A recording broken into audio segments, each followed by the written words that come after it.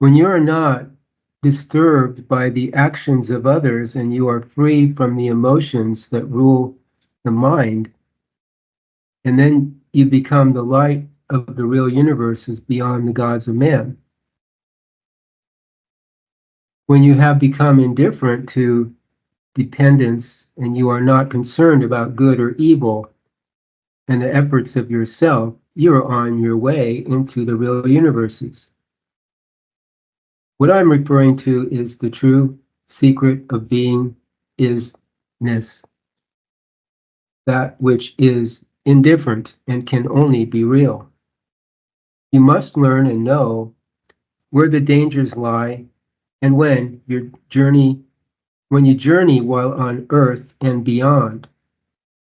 While still in the lower levels, you may meet weird and unusual experiences, which can be frightening, but they are mostly fantasies of the mind. Once you surpass the first 3 levels, then everything changes, and you now have control of your destiny. The both of you will be taken to the ultimate because of your intent to dissolve all the illusions and take a real position with us. All those who seek the true reality want to know how to find it. Many believe by being a part of something, a group, a belief system, membership, they have found it. Not really. These things are fine for the earth and they fit the emotional lifestyle of humans, but there is so much more that is unseen. There are those who can be ready to go further into the reality in these institutions, but for the most part, they are under the supervision of an authority that rules their senses and unseen worlds. What they have usually found is a good feeling for themselves, that's all. I just answered the question of finding the great reality with a disinterested view. To be indifferent to anything is to kill it completely. When the attention is withdrawn, it all comes to an end. And this is the way to the unseen worlds and to the very position of the all-is. When you are determined to reach the highest areas, your concern is so centered that care little if you do, because you are beyond caring. You are now becoming real. This is a true art that comes with practice. You cannot be interested in all things at the same time, so your attention must be centered somewhere. And the best place is with the true reality itself. To split the attention is the desire of the negative forces to take you away from your goal. By putting yourself outside of all materialistic and emotional matters, you can journey through the levels of the unseen worlds into the highest position of beingness, being-isness of the all-is. Look at the sea with the waves washing against the shore. The sea is pliant. You can pick it up in your hands and it cannot be destroyed. The wind is the same. It cannot be destroyed by anything. It is just like the real you. Nothing can touch you. By knowing this, you become invulnerable.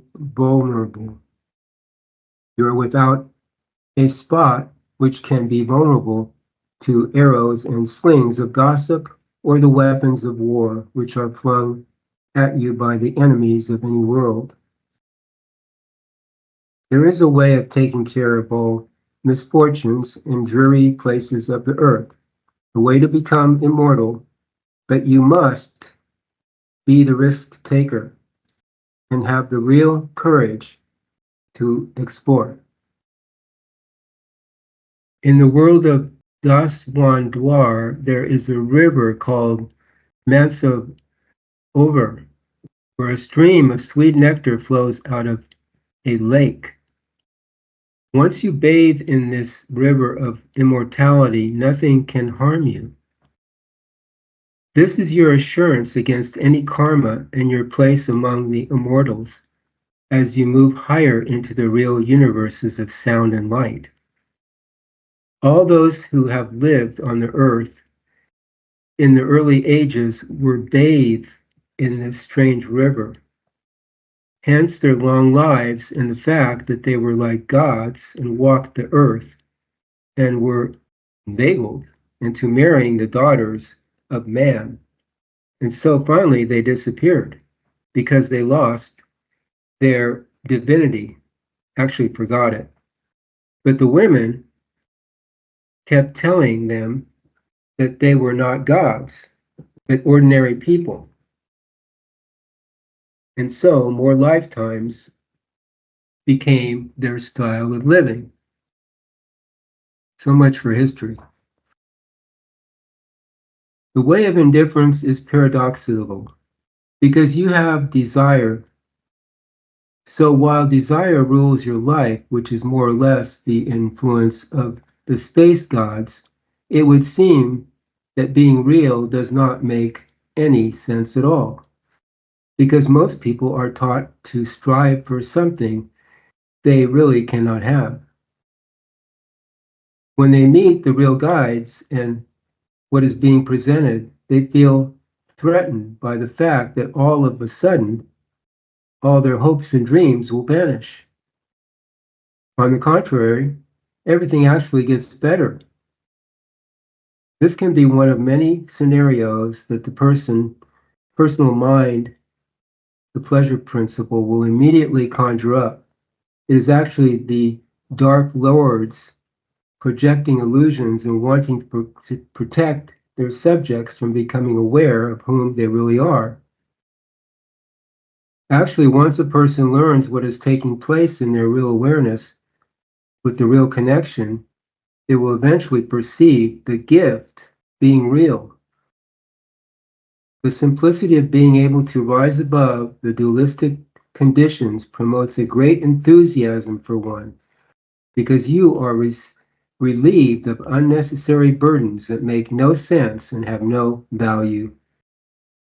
The earth, the planets, the stars, and the two known heavens of man are fleeting worlds of temporary events. Therefore, nothing is lasting with them, nor should you put any of your real focus into them. Here, everything is a compound of parts and is therefore subject to dissolution. Everything which arises is produced by some cause. Attention and love are the means of connecting with objects external to ourselves. By too much desire, we become lost in this world of events and manufactured things. Having things in your life is fine, but learn to balance all there is. The idea can be to love, but not to possess. It is not necessary to desire rewards for your actions because the all is will take care of you. So you can simply rest assured and be at ease. You become like the sun that shines on all and asks for nothing in return, because you are now in the real position that you have always been seeking. You now live forever by giving as you receive. The sound and light that you have to totally become. The real giving, in the true sense, is to simply allow the real universal guides to take you into the true reality itself.